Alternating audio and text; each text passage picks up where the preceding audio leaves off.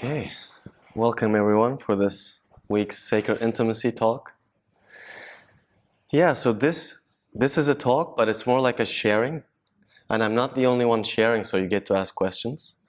It's meant to be a dialogue and an exploration.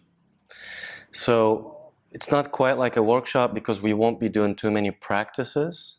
In 75 minutes, I don't go into practice.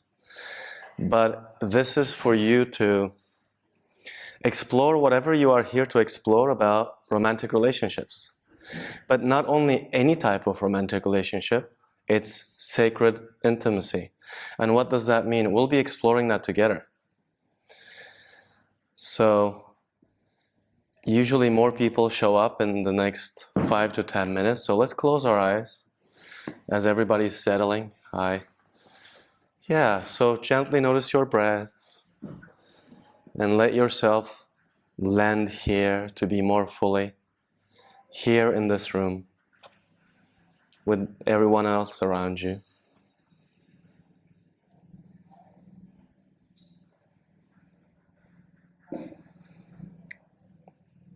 Letting the mind take a break. The mind's always trying to figure it out and understand everything.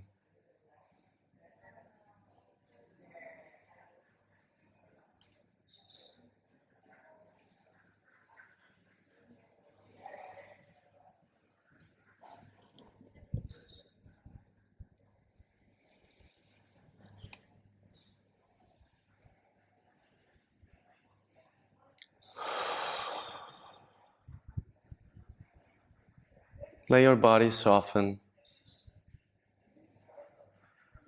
Letting your breath be natural.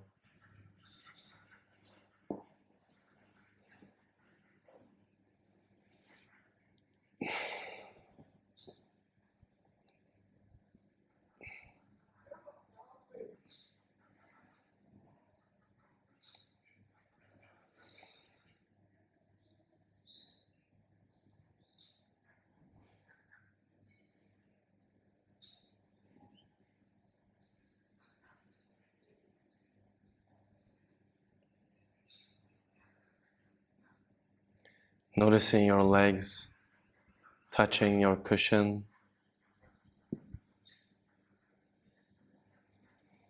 Your weight on the cushion.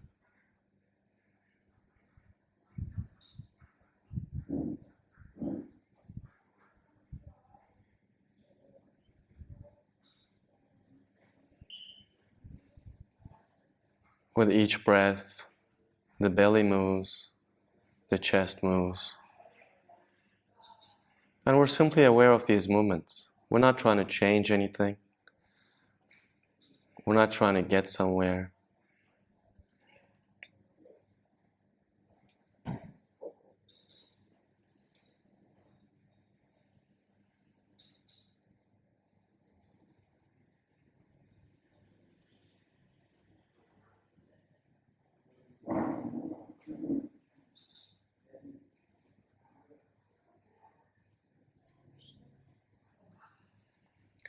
Simply resting here like this.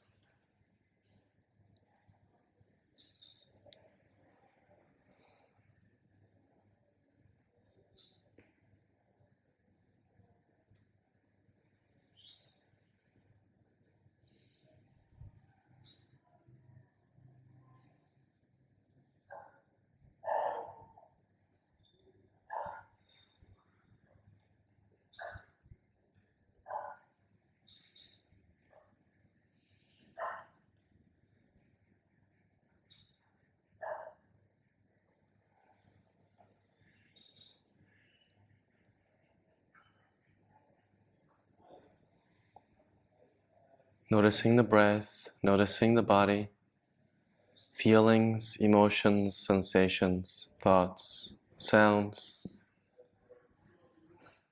each other's presence.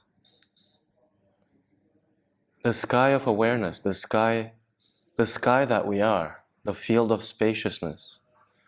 Another word for this is being or presence. That level of our being has no resistance. to anything, has no resistance to anything inside and anything outside. It's wide open. And it doesn't belong to anyone particular. It's universal. It belongs to life. And life has already allowed everything. Already.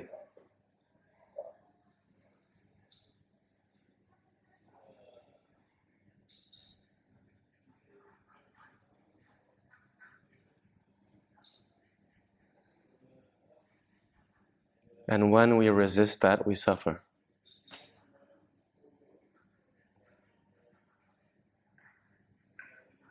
And then, of course, we bring that very suffering into our relationships. Into our relationships with our own internal world, emotions, thoughts. We make certain emotions wrong. We say good emotion and bad emotion. And so we think, I should never feel that. Because if I do, that means I'm going to hell. I'm a bad person.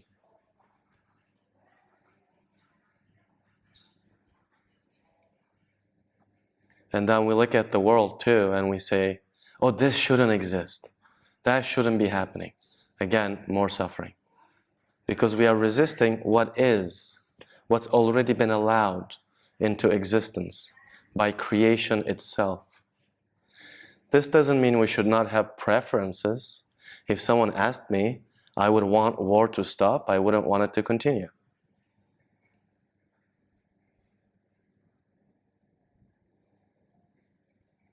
But there is a very deep resistance in all of us to things inside and to things outside. And that's why we suffer.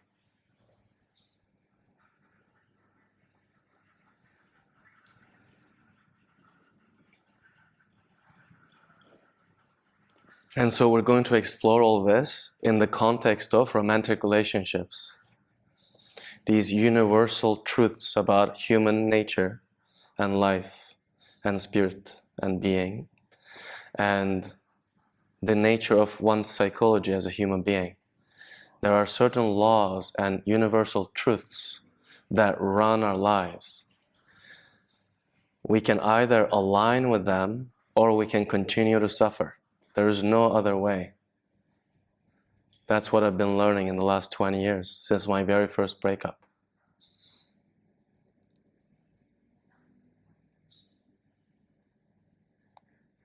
So if you like to open your eyes, feel free. If you like to have your eyes closed, you can do that as well. Completely, whatever you feel like doing. So the last 20 years of my life, since the first breakup that left me depressed for longer than what the relationship was, I've been asking the biggest questions. What is love? What is God? Who am I? What's going on? Purpose, meaning, the whole thing. And that took me first to spiritual practice, 10-day meditation retreats. 10-day silent retreats. I did the first one when I was 19 years old. All I could think about was food and sex. As a 19-year-old going to a 10-day silent retreat, I was like, oh my God, this is, one, I want to run away. Two, what the hell is this Buddhism shit? Three, I cannot even meditate. And I could not stop my thoughts of literally sex, all the hormones as a 19-year-old, and I was faced with that. Oh my God, am I insane? Like, what is going on here? And food, all kinds of food, like pizza, cheese, and I'm Turkish, so Turkish cuisine is it's just majestic. And I was thinking about every dish and I love the cheese in the mornings with tea, and I couldn't stop. I thought I was going crazy, but this is what the practice is about. You get to see all the stuff, and for some people, they think they have different cravings. It doesn't matter. What the mind is doing, it's craving for something that's not there. I don't have the cheese, so I crave for it. And I crave. And then suddenly my leg begins to hurt and I'm wanting to run away from the retreat. I don't want this pain. So always craving and aversion. And I started facing this in myself. Since then, I did many 10-day retreats in the same tradition. I'm actually going to another one on the 18th of this month. There's a Vipassana retreat center in Bali, less than an hour away from here. So this has been my main practice. It's been changing my life completely. Spiritual practice, very strong Buddhist path. And I've experienced unimaginable spiritual openings through this kind of 10-day retreat format. And unimaginable. I can't even talk about that. It's so impossible to describe. Yet, still like that, spirituality didn't give me everything I was looking for. And in fact, it made me even more confused. Because I still had traumas and wounds, emotional wounds, from relationships. And spirituality didn't give me any answer about any of that. Zero. And I had to see this very clearly, and that was a big spiritual crisis in my life, because I had become so dedicated to spiritual practice.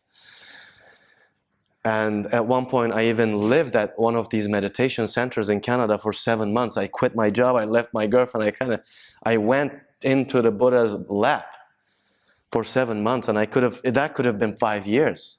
It just so happened that after 7 months, I had the inner wisdom to say, I think I got what I need, and I left.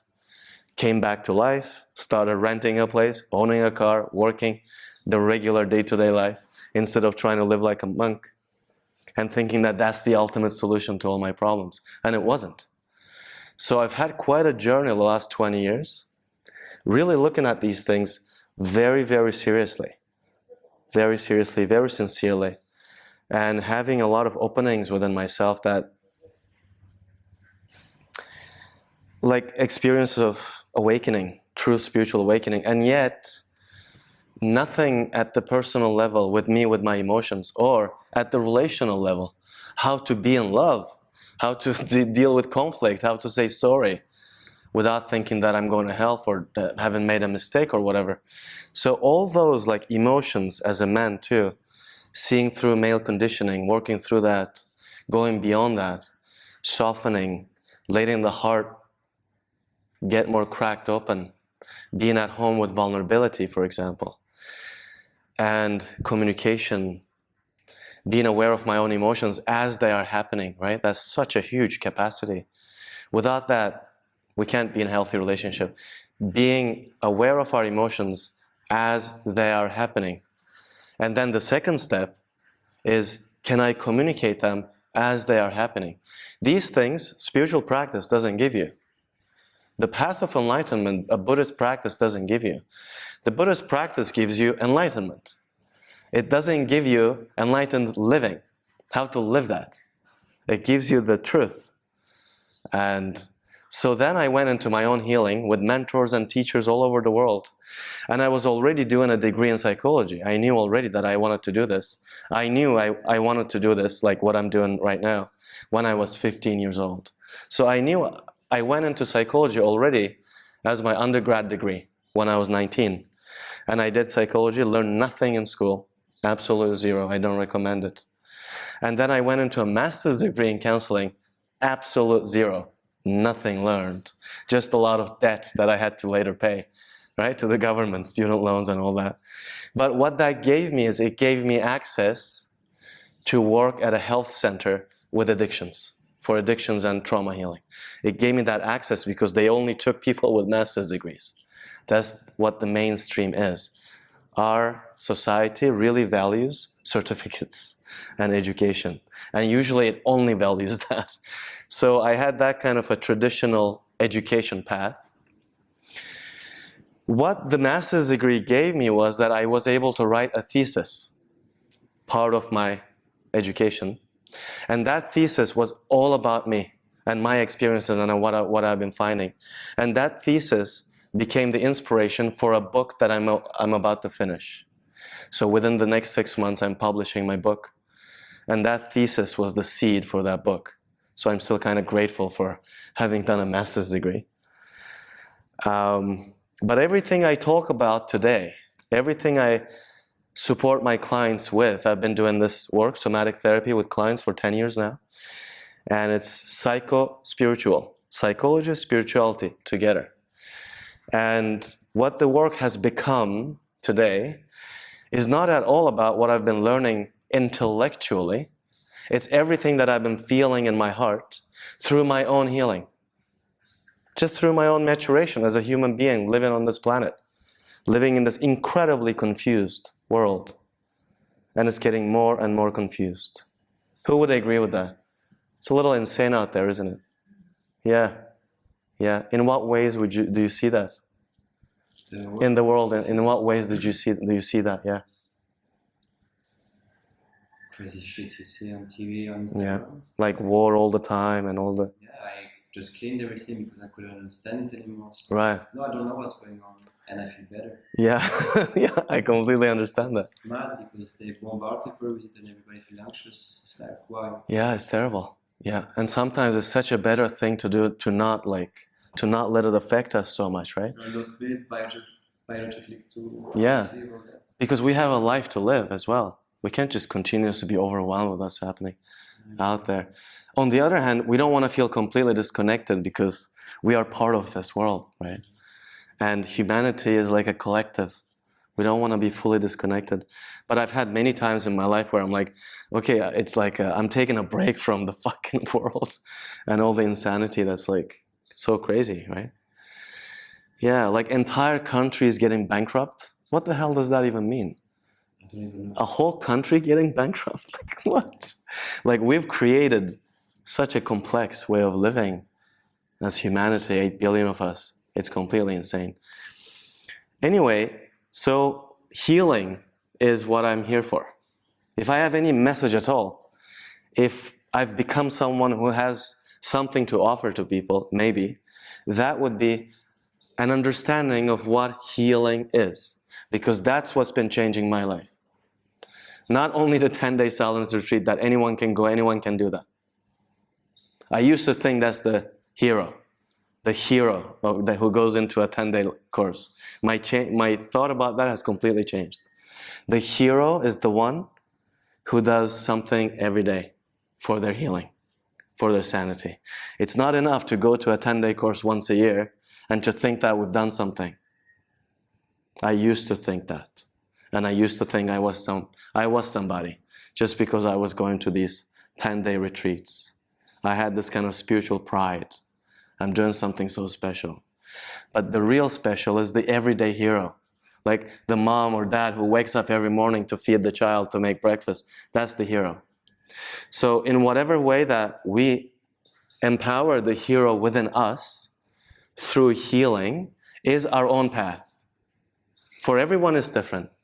But I cannot imagine that the hero in us can be truly accessed without healing. For me, it's very clear that's impossible. Because the hero in us is also frozen in life energy. Why frozen? Because we carry wounding. We carry trauma, all of us. No exception, just by being alive. Wounding and trauma. And so the hero in us, that very empowered, incredible energy, hero or heroine for women, is kind of frozen. We're not so in touch with that. And through healing, I feel like I've been getting in touch with the hero in me. With the man in me who wants to provide, who wants to go out there, who can say yes, who can say no, who can take charge, who can live life fully without fear. Or working with fears, facing fears, right? So we're going to go into sacred intimacy in a little bit. What is sacred intimacy? The way I see it today, as a man who is almost 40 years old, sacred intimacy, to me, the way I talk about it, is a relationship that is not based on fear. That would be the super summary, the way I explain it. A romantic relationship that is not fear-based. Because everything else is. Compared with sacred intimacy, any other relational paradigm, codependency and all this, we're going to explore all that, it's all fear-based. Either it's fear of loneliness. Out of fear of loneliness, I cling to my partner. I get suffocated. I suffocate them. You know, I'm nothing without you. I'll die for you, that kind of thing. Hollywood love. Or out of fear of intimacy, we don't get relational. We don't get into a relationship. Out of fear of intimacy, we leave too much space between each other, between ourselves and our partners. In that too much space, where's vulnerability? Where's intimacy? There isn't. Without vulnerability, there's no sacredness. Without vulnerability, we will never know what real love is, because we're not in touch with our own hearts. For me to be in touch with my own heart, that means I'm vulnerable. I'm vulnerable means I'm in touch with my heart. If I relate from that place, I can know love. If I don't, I will not know love. I can know love the way that Hollywood describes it, or TV shows and books and all the bullshit out there. But true love, sacred intimacy, we cannot know what that is. That's what I've been finding. And I'm not here to convince anybody. I'm just here to share what I've been finding. And if you have any questions, then you ask me, you get an answer. Is it the right answer for you? I have no idea. But it's the answer that comes from here. I don't pretend I know something. It's been the complete opposite. The last 20 years, it feels like I'm losing everything I thought I knew. From that loss, I'm no longer living in my head. That's all. And if you think you can get something from that energy, then you will. I simply express what comes in the moment. Yeah. So far, any questions or any comments? Before we open things up more and go into sacred intimacy and relationships, and maybe even do a dyad, like a partnered practice, for you to explore something about yourself. Any questions, any comments? Yeah. When does someone know they're ready for sacred intimacy? Oh, that's a great question. Yeah. So, when I ask that to myself, am I ready? And I check in with myself, suddenly everything goes very quiet inside. And I can feel a very big space open in my heart energetically. In that space, there is room for sacred intimacy. There is room for someone. So maybe something like that. Like you check in with yourself. Am I ready? And you can even make that into a spiritual practice. Just that question.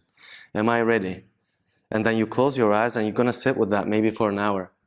Every now and then, maybe for an hour, for half an hour. And then you're going to let your soul give you an answer.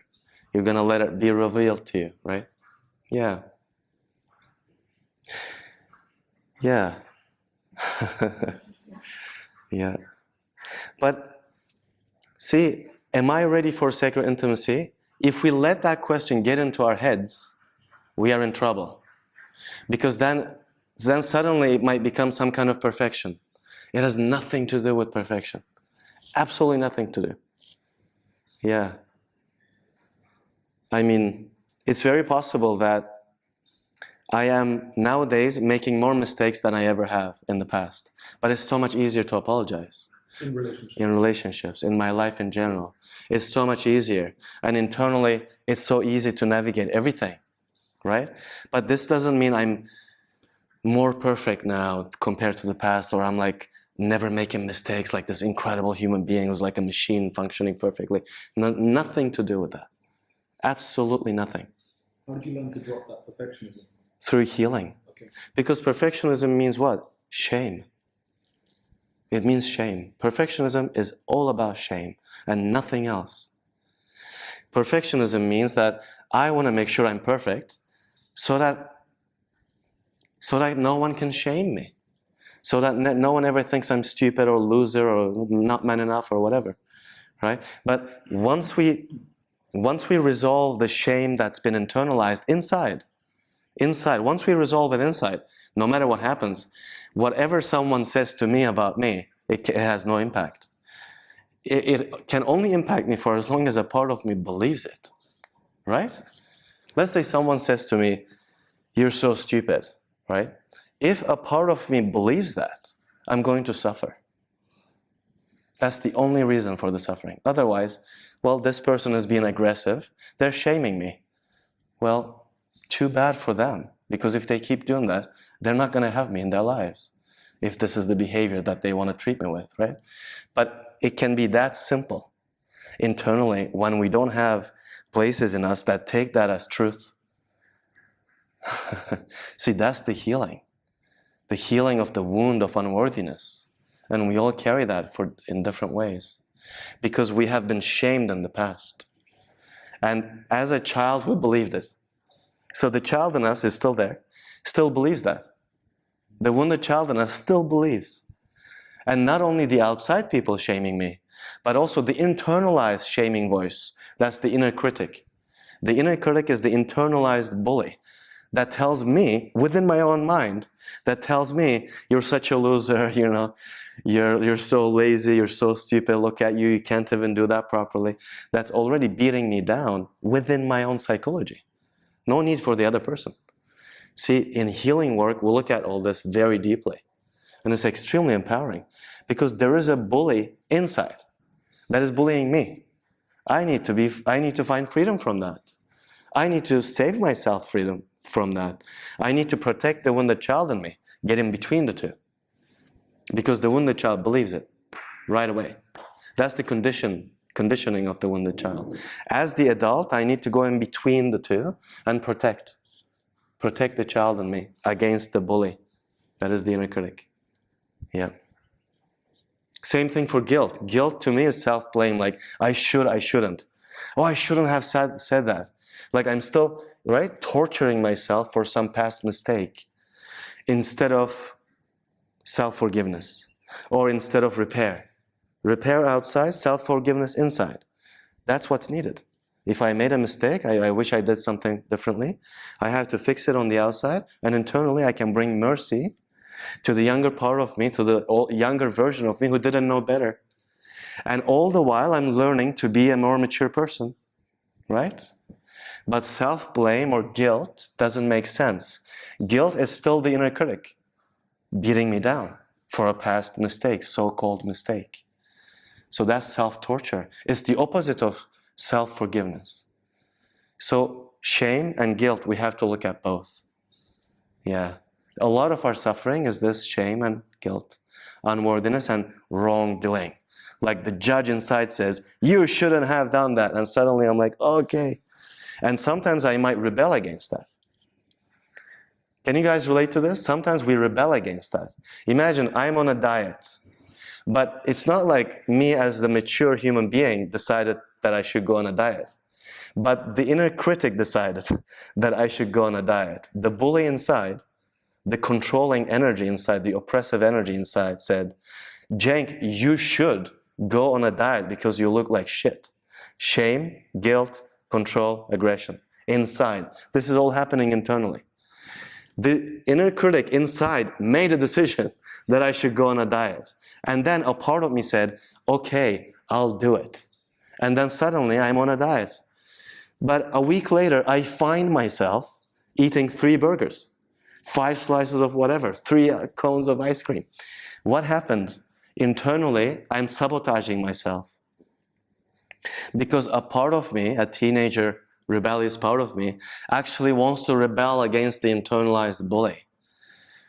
See, this bully inside, sometimes we believe it and we say, we do what it says. And sometimes we say, fuck you, internally, and rebel against that, and do all kinds of things, and we sabotage our lives, like a teenager. And so we stay divided inside. This is suffering. And this has nothing to do with the outside world. What I've been talking about for the past 5-10 minutes is an internal, conditioned way of living that creates suffering. And we need to heal all that. All of us, every single one of us, we have to heal it. Unworthiness, self-blame, internal control, internal aggression. Otherwise, how can we live well? It's impossible. We will never know peace. Because peace is the absence of this internal drama. There's so much drama happening. Even before a romantic partner comes into my life, all this drama is already here. All this baggage is already here. We need to deal with that, right? Anyway. Yeah. Any thoughts or questions about all this? We got really deep there for a second. Yeah. Do you have another one? Okay. When was the last time this inner critic or bully visited you?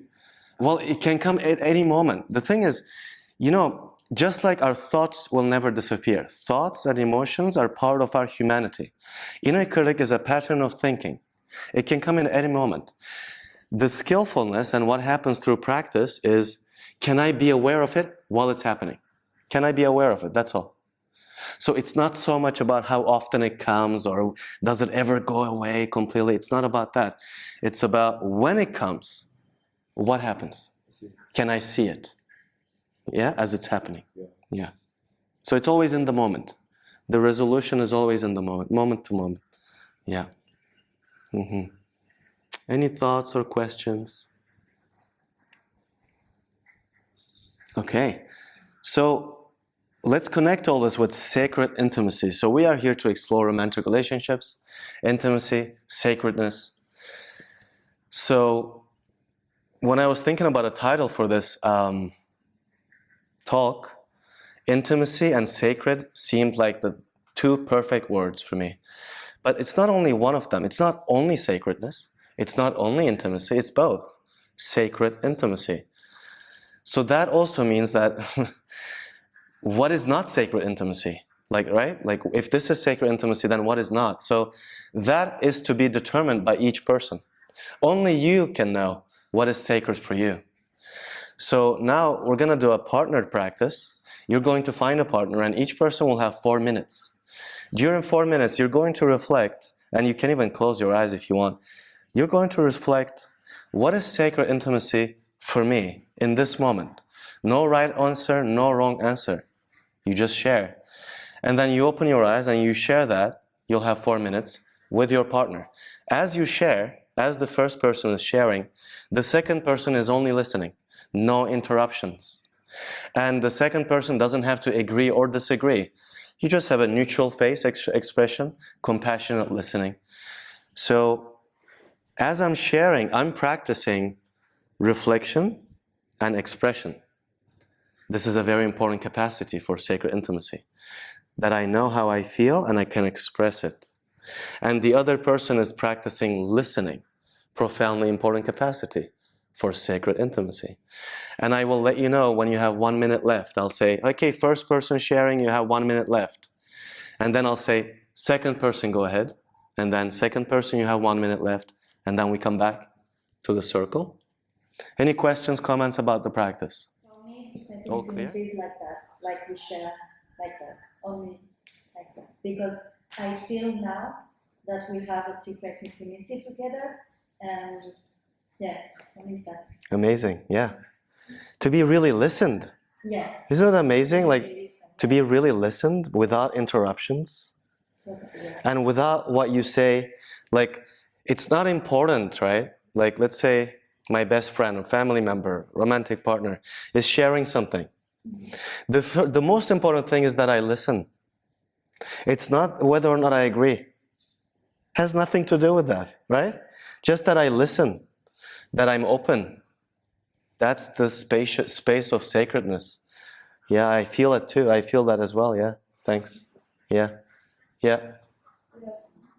There was one thing which was standing out for me, and I think it's kind of important for me, and it's one thing I like to understand.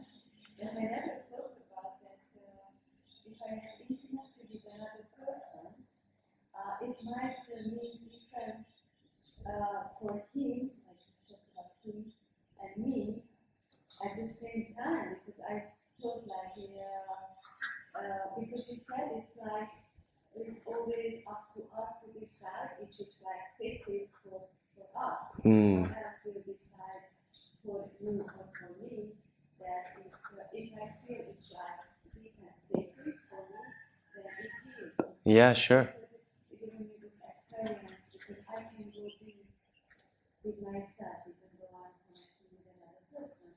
Yeah. I never thought in my, I think I thought I'm old enough. And I've seen a lot of things, but now it hit me like it is actually possible that for me it's secret intimacy and beautiful and deep, and for the other person it is just sex. And I was like wondering, how is it possible? Because I never thought it's possible. Yeah. Yes, it is possible. But for long term, Yeah. it may not be possible. Yeah. Because long term means a container. A container means common vision about what it is. Yeah, and there's also now it's coming up that actually it's very important to bring up this topic you know, like to like talk about it at one point Yeah. because I thought it's obvious, you know, but no, it's actually not. People see relationships in very different ways. Yes. Very, very different ways. Yeah. Yeah. Yeah. I never thought of Yeah. it. For me, the way I go about dating and this and that, I'm not looking for someone, me. I'm looking for a particular type of relationship. I'm not looking for somebody. I'm looking for a particular type of relationship. That's what I'm looking for. But that means that I need to know what I'm looking for, right? Not as a person, but as a way of being together. Yeah, and also not that you have to know about it, actually you have to share the vision. The vision for that, definitely. Then you are both on the same page. And that, to me, is compatibility. Oh, we are compatible. Because being on the same page about that is very important. Yeah. Great. Yeah. Anybody else? What is sacred intimacy for you? I think sacred intimacy for me is both body dedicated to love, growth, transformation, and healing. Yeah. And also voicing that, so that piece that you just mentioned, compatibility and sharing what is important and what we value in each other Yeah. and the presence. Yeah, definitely. Sharing what we value, commitment to healing, growth, transformation. Yeah. Yeah. Without that commitment, I mean, that means we are at the mercy of circumstance. If we're not committed to healing and transformation, that means the next conflict might be the end of the relationship. That's what it means. The next conflict, the next big thing that happens in our lives has the power to destroy everything we have if we're not committed to our healing, our transformation. Because through healing and transformation, we become more rooted. We become less easily devastated, less easily taken down internally. We become more sturdy, more empowered, right? Like a tree with thick roots and deep roots, yeah, that can grow really high because it has the foundation. Yeah. Yeah. Anyone else? Sacred intimacy. Yeah. Romantic relationship. I don't know why, but I found it quite difficult to like put into words. But Yeah. the simplest way. That's a good thing. Yeah. Yeah. The simplest way I can put it is probably like someone who's aligned with my visions, values, and beliefs. Yeah. That's yeah. Mm-hmm. And I don't know if that's going to change in the future. Yeah. Yeah. Alignment. That both people are aligned, right? Yeah. I think that's very important. Yeah. So it's a relationship that is not based on fear, right? A relationship that is not fear-based. What does that mean? I mean, It's like something the relationship between mother and child. If I always feel that if I do something wrong, my mother always forgives me and gives me love, and it's easy for her. yeah. And So love-based relationship, love-based. And it has to be mature love. It doesn't mean anything goes either, right? Mature love with good standards for healthy behavior. Because not everything should be forgiven. Are we all on the same page about that? Not everything is to be forgiven. Love might be unconditional. Relationships are not. Relationships mean it has to be healthy. It has to be respectful, right? Relationships are not unconditional. Love might be. Because our hearts matter. If someone cheats on me, they're out of my life. I will never look back. Hopefully it doesn't happen. So we need to also know where our lines are, right? If a friend of mine takes me for granted, they have no business to be my friend. Goodbye. Go be someone else's problem. I'm not going to take this bullshit. I might still love you. Maybe eventually I will even forgive what you did.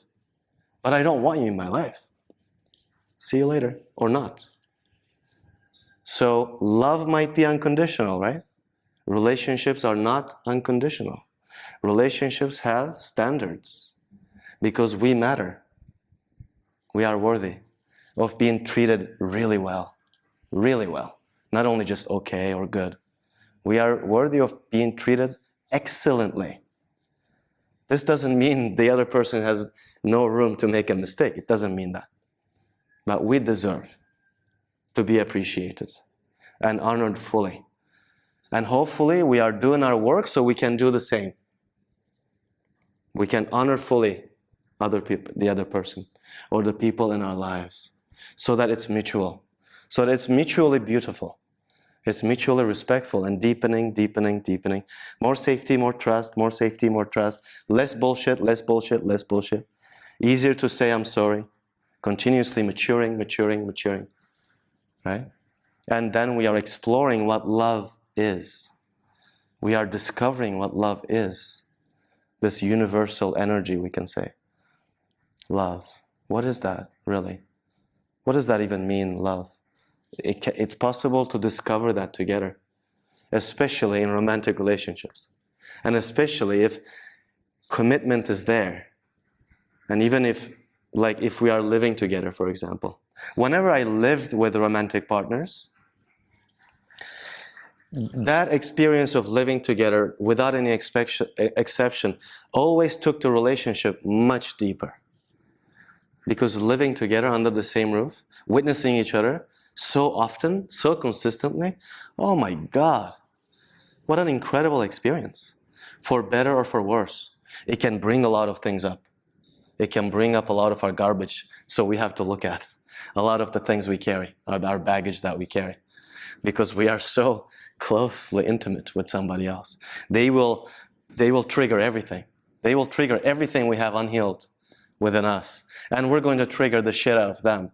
But these triggers happen for a reason, so that we can resolve them, so that things can get healed, so we can wake up and heal. Yeah. So it's a big thing. You know, I meet a lot of people who have so many dimensions of their lives figured out. They're making incredible money. They live in a house of their own liking, and they've traveled the world and then chose which city to live in. They've taken care of themselves in every way. They're still clueless and afraid of intimacy. Clueless and afraid. None of their relationships ever worked. And they have like a train wreck of wounding to sort through, to be able to open to love again, but this time in a more mature way. So romantic relationship seems to me, so far, is the most difficult aspect of being a human being. Generally, I'm generalizing now, for most people. The most difficult thing for a human being, romantic relationship. For as long as we want to have conscious relationships. If we want to fall asleep and kind of be half dead in our romantic relationships, that's easy. Because that's the way of the world. Everyone's doing that. Right? 50% divorce rate.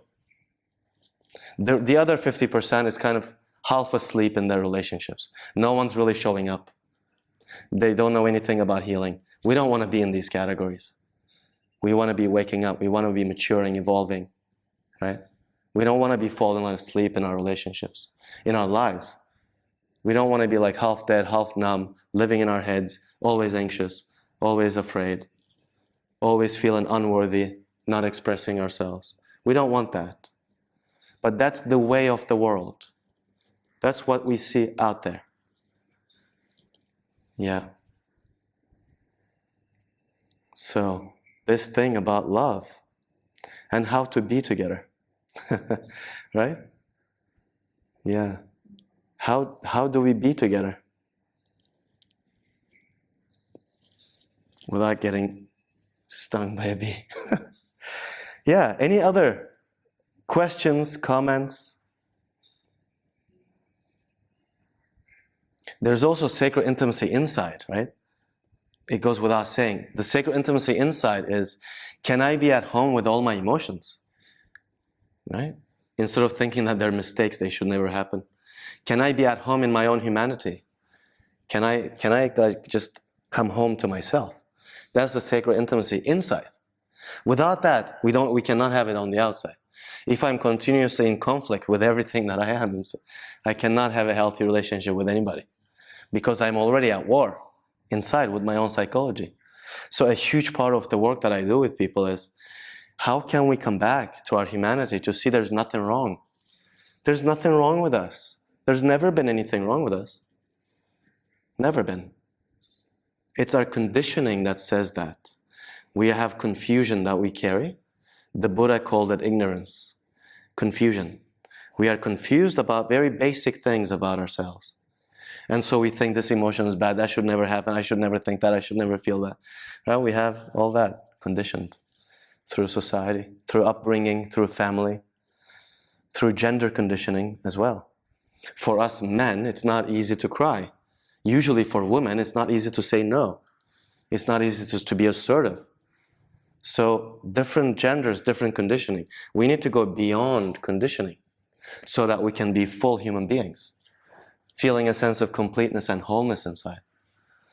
With our anger, with our everything, all the different emotions, sadness.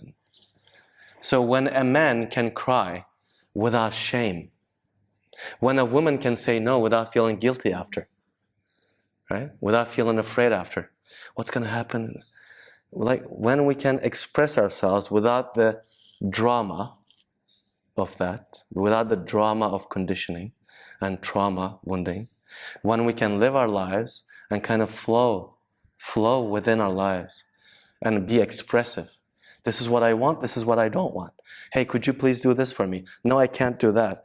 To really have the throat open and to feel good about that I get to live while I honor myself. If I want to say yes, I say yes. If I want to say no, I say no. See, this is huge. Like, it's so fundamental. Yeah. Any thoughts or questions about all this so far? Yeah. I would like to share something, and I'm not sure is it a question or Okay. but Yeah. I feel like I already know what kind of connection that I want, and it's like I shared earlier about the dedication to healing, transformation, and all. Can you speak up a little Sure. so they can hear you? Yeah. Yeah, so I felt like I already know what kind of connection I want, which I shared earlier is the dedication for growth, healing, transformation, Yeah. and put love in the center.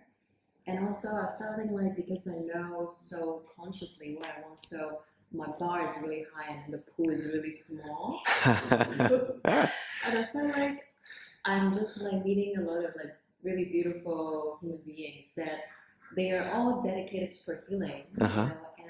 but at the same time, they are not quite at that bar that I was hoping to start. What is the bar?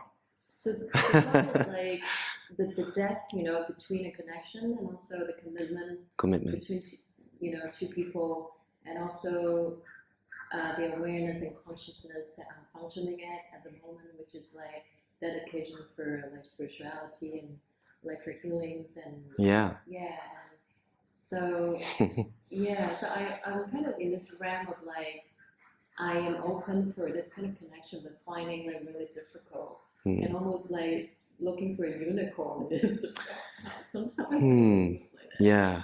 And at the same time, I'm not like compromising anything less than that, And also I meet some people that kind of have that quality, but then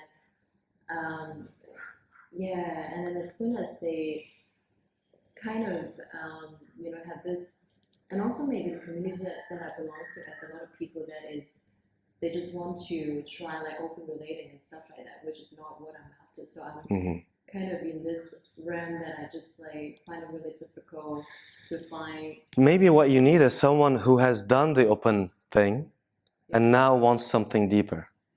Like someone who's done it already and now is ready for something deeper. Because the way I see sacred intimacy is definitely monogamous relationship, like definitely monogamous. Whenever I talk about sacred intimacy, I don't even think for 1 second about polyamory at all. And I've met a lot of people who have explored a lot those realms. Yeah. To me, sacred intimacy has to be monogamous. That's the way I see it. Yeah, and that's the way I feel it as well. Monogamous. 2 people. Yeah. Yeah. So I guess keep following your heart. And maybe this is about maturation too for people, right? As a man matures, he wants to go deeper with one woman and not so interested in having sexual things with more than one. But that requires a mature person, right? And sometimes this man or woman, I don't know, this person, who are you interested in? Man. This man needs to have already done the open, to have seen that maybe it's not for him anymore, to want to have something deeper. Yeah. Does that make sense? I'm trying to give you a perspective. Yeah? Yeah. Yeah. It's usually men who initiate polyamory. Does that make sense to everyone? Yeah? It's usually men who initiate polyamory. There's a reason for that. Because us men don't mature easily. Especially when it comes to sex. And you want to be with a mature man. Yeah? Whether or not monogamous or polyamorous, you're looking for a mature man. Yeah? As men, we are also looking for a mature woman. Let me challenge this a little bit, because I'm now giving a lot of credit to women, but let's balance things out a little bit. But it's not to you directly, okay? To everybody. I meet a lot of women who say, where are all the good men? Like, where are they? Right? Like, a lot of women, they look at each other, they go, as women, we've been healing for so long. Right? We've been doing our work and this and that. And how about the men? They're not kind of measuring up. But it's so easy to say that. It's so easy to say that. Even with women who have done a lot of work on themselves, when a good man comes into your lives, you're scared shitless. You shut down, you run away. What is that about? So what I'm saying is, it's not enough to want it. Yeah? I'm not challenging you. I'm saying something general. It's not enough to want an amazing man. It's profoundly important that you are very truly ready for a man who will cry in front of you. He will cry in front of you. And he will want for you to be able to hold him. Not many women, even who are working on themselves, are ready for that. They can't. They feel afraid. They shut down. So it's not so easy. When we talk about sacred intimacy, this is one of the most difficult things that we are asking for in our lives. We are longing for. Sacred intimacy is a profoundly challenging journey, right? And only if we are so committed to love, we'll be able to know what it is. But so committed to love means so committed to healing. So for all of us, what I always say to people, there's usually a lot more work to do than what you're aware of. Because for all of us, that's the truth. There's a lot more work to do than what we are aware of. I can say that, having been doing work on myself for 20 years. Yeah? Why would people turn away something that's seemingly good? Yeah, because we are terrified of what we most desire. Why? What we most desire means finally I'm going to have what I want. But usually fear comes up when that happens. Let's say I love public speaking. I might also be terrified of public speaking. Right? So the two sometimes, usually they go hand in hand. But sacred intimacy means we become completely transparent. But to be transparent, to live in a transparent way, also means to live with an open heart, very unguarded.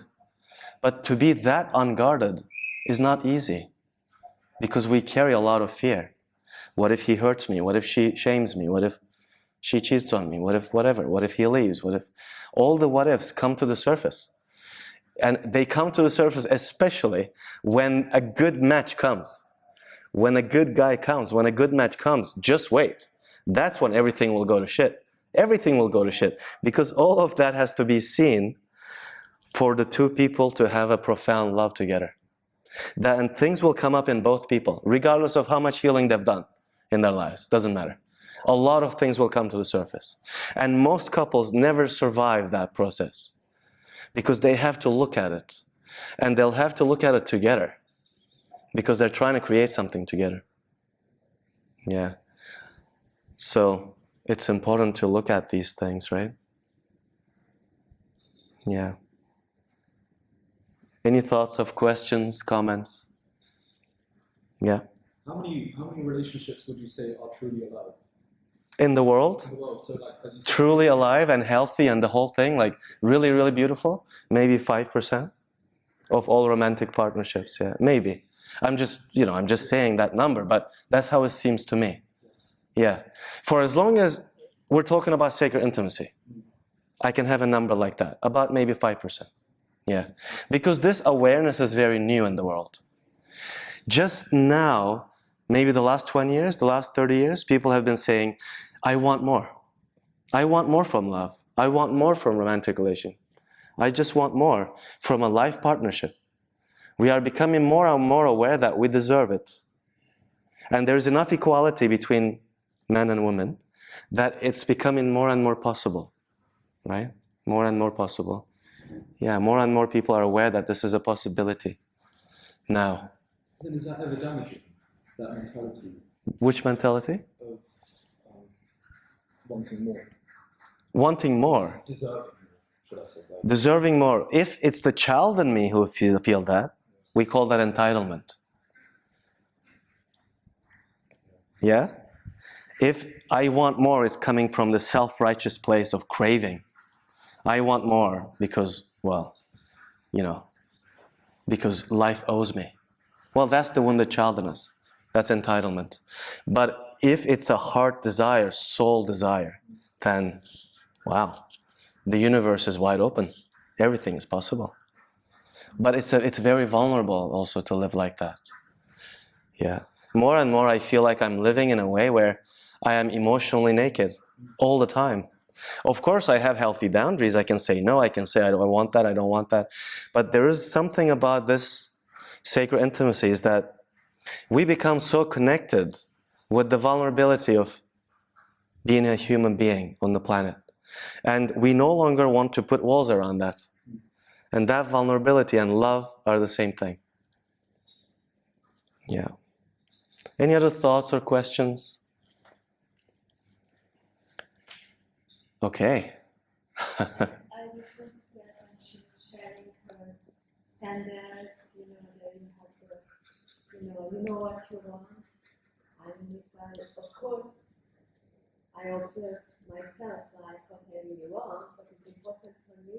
But there is the space of not knowing, because I actually, for me, I like all the loves which entered my life. They came with some sort of excitement. You can call it chemistry, excitement. This pure excitement I'm talking about, but you have no control. Because like whenever I fell in love, I had this pure excitement of the other person, which is like, it was unplanned. It cannot be planned. Yeah. Yeah, I think that's... It happens. It happens. Yeah. And sometimes it surprises you, because it's not something you thought of, Yeah. And without that, he can hit all the requirements. It's still like flat. How many dates you've been to, and it was like, he is matching the requirements. I just don't feel it. Yeah. I don't want to grab him to come home with me, or but you know what I mean. Yeah. So, some time ago, I got rid of the list. I had a list also. I got rid of the list. I destroyed the list. But the list is a feeling for me. This is how I want to feel with my life partner. So that's another perspective. Just stay with the way that you like to feel around him. And let that feeling guide you. And open to being surprised. I feel like I am that, and the excitement, the chemistry that you mentioned is included in equality. So of course you need to feel attraction, for the partner. So, but I feel like I will have attraction if it's included in equality. So I don't feel like it's excluded, but it's actually included. And also like it's the quality and how I Yeah. feel around it. Yeah. And to be honest, as soon as I met that person, I'll kind of know. Yeah. Because of the energy. Sure. Yeah. Yeah. You'll have a feeling that there's something different here. Yeah. Like curious, right? Like, like something. Yeah. So I heard that for a relationship to work, you have to have 3 pillars. Like number 1, you need to love the person truly for who they are. Second, need to feel love deeply how they show up for you. And third, which is very important, is sharing the same vision. Vision for life. Yeah. So what do you I completely agree with everything you said. Yeah, completely. Without love, there's no relationship. Love alone is not enough. Make sense? Love alone is not enough. Are we all on the same page? We can love someone forever. If they don't want to do their work, it's not going to go anywhere. Yeah? Or if vision doesn't match, it's not going to go anywhere. Or if it's incompatible, no relationship. Love is there, no relationship. But the vision is important too, right? So everything you say, I completely agree. Yeah. Yeah. So I'm just gonna, so I have a newsletter once a month you receive, and there's free offerings there. If you want to be a part of this, you can put your email address there, and please, you can give it around. Yeah, you had a question? Not a question, but for me, intimacy is like also when you be able to share your feminine and masculine energy, both parts. Yeah. And when you can do that with someone, for me, it's my way, my vision of the relationship. Yeah, yeah. Because Yeah. sometimes I had a relationship with who I was a mother for him, for example, Yeah. and not to be able to share my feminine Mm. energy, my feminine part, and Yeah. I was no, what to say, no, it doesn't work, in fact. Yeah, yeah. Everything that we are needs to be seen and honored by our partner. Everything that we are, Yeah. right? All the different energies in us, all the different... It's difficult sometimes to be able to express both energies, like masculine and feminine. Sure. So, Yeah. for me, it's important. Yeah, yeah. Definitely. It's very important. Yeah. Did you have a question? Yeah, I was just thinking how to investigate about the shared vision Shared vision. without putting the pressure on the other person you are dating. You know, like because I made this mistake, like I was like postponing to bring this topic because I felt like okay, like I don't want to pressure the other Yeah, person yeah, yeah. on that like. But there's a time in the dating process when this conversation becomes important Yeah. as the commitment deepens, as the connection deepens. Yeah. Yeah. I think it's an important And what thing. if the other person is like avoiding this? Is that already a sign? It's already a red flag. Okay. For sure. For sure. Yeah, yeah. Avoidance is always a red flag, no matter what type of avoidance it is. Yeah. And it can be challenged. It can be confronted. Hey, every time I try to talk about this, you change the subject. You can confront that, right? You can challenge. It's important to confront people, right? With compassion still, but you are confronting. Yeah. Yeah, yeah. Yeah. Any other comments, questions about healing, emotions, relationships? Yeah. You were speaking about the shame earlier. Shame, yeah. So how do you deal with shame? How do we deal with shame? We deal with the inner critic. We really explore that inner critic, that internalized bully. But you know, when you were speaking about the inner critic, what I was thinking is that the inner Thank you. critic Yeah. it's also there for a reason. It's a self-defense. I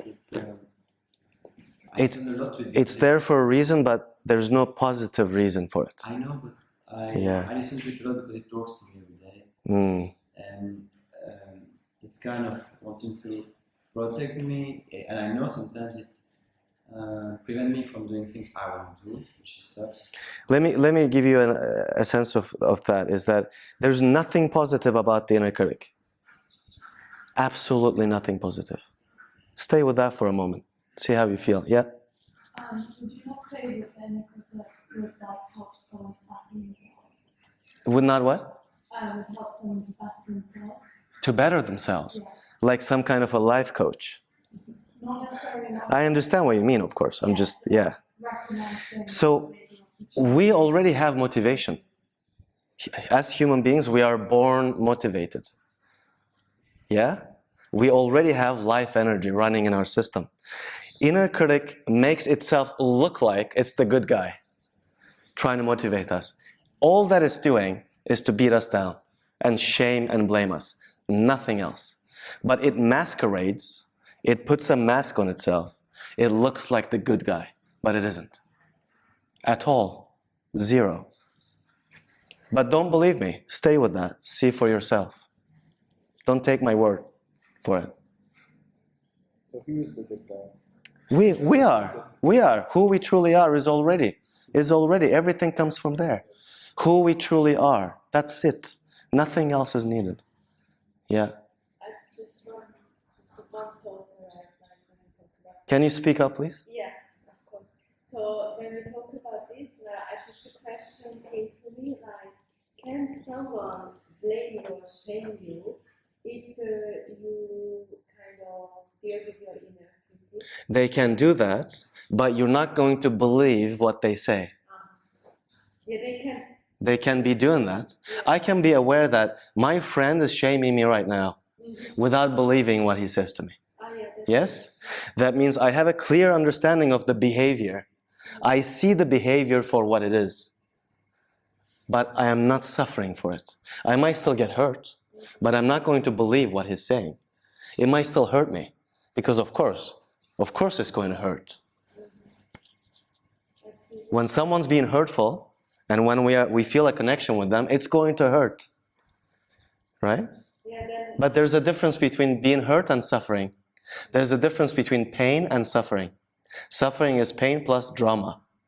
suffering Is pain plus drama. Drama is when I believe it. Oh, I believe I'm stupid. I believe I'm not enough. I believe I'm a piece of shit. That's the drama. We don't need that. Right? Yeah, but pain continues. For as long as we're alive, we're going to experience pain. That's part of being human. You know, when our parents die, we're going to cry. That's pain, for example. Pain is a part of life. But suffering is optional. And it's completely optional. Really, it is. can feel the pain, but Still not suffer. That means we're not getting lost in it. Right? We're not getting lost in it. We're just noticing, okay, I feel hurt right now. I feel afraid or something. I feel regret or whatever. Yeah.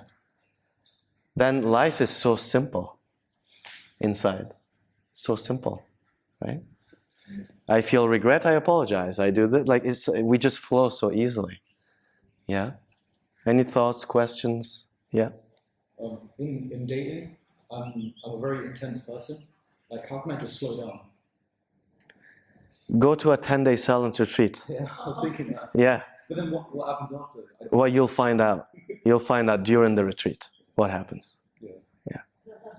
Any other questions, comments? it will slow you down.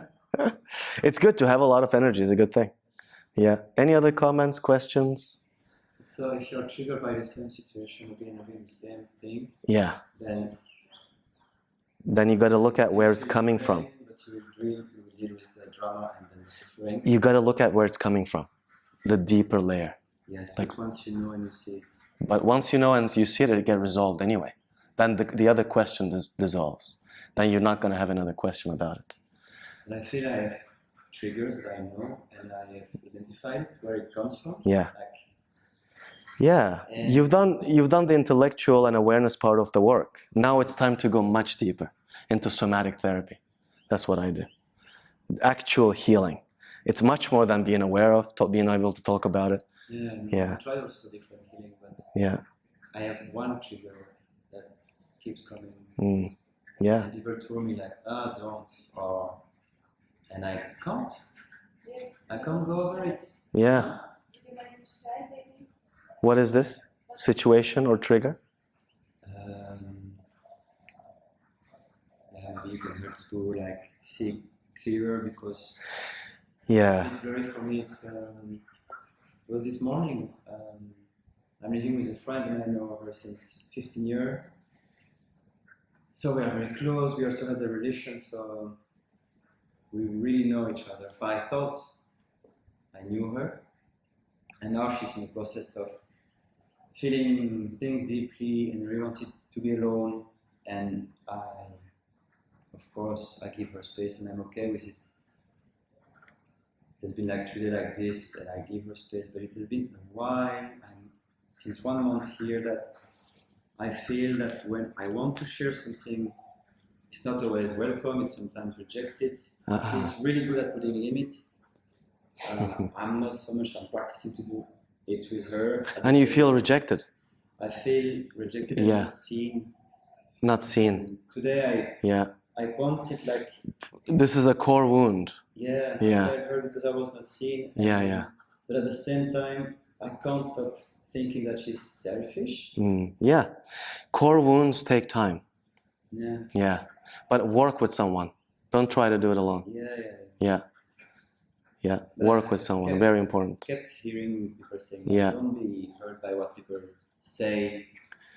But there are things that people say, and Yeah. I get triggered. I know. Yes. I worked on something. Yeah. It's like, Some wounds take time.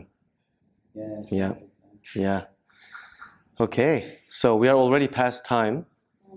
So this happens every Monday here at 4. It used to be Wednesdays. Now it's Mondays. And we are asked to announce at the end of every talk that we don't get paid here as teachers. This is completely free. So the way that you contribute to this incredibly beautiful space that we all get to use is by buying things in the restaurant. And as well as, if you want, you can give some donation using that box over there, transparent box.